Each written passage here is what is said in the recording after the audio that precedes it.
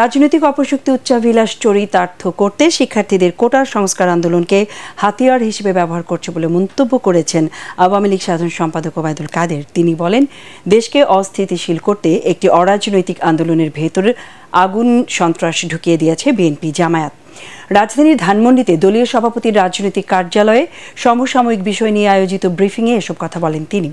সরকার হটানোর দুরভিসন্ধিমূলক কর্মকাণ্ড বাস্তবায়ন করতে বিএনপির পলাতক আসামি তারেক রহমান বিদেশে বসে ছাত্রদলকে নির্দেশ দিচ্ছে জানিয়ে আওয়ামী লীগের এই নেতা বলেন, দ্রুত সব ষড়যন্ত্রের রহস্য উদ্ঘাটন হবে। এ সময় তিনি আওয়ামী লীগ নেতাকর্মীদের ঐক্যবদ্ধ হয়ে পাড়া মহল্লায় প্রতিরোধ গড়ে তোলার আহ্বান জানান।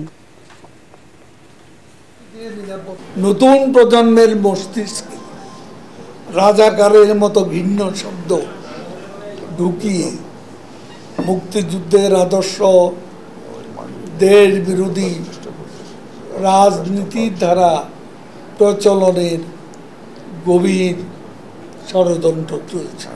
যারা সারা দেশে নৈরাজ্য সৃষ্টি করেছে তাদের বিরুদ্ধে আইনানুগ ব্যবস্থা নিতে আমরা বাধ্য হব।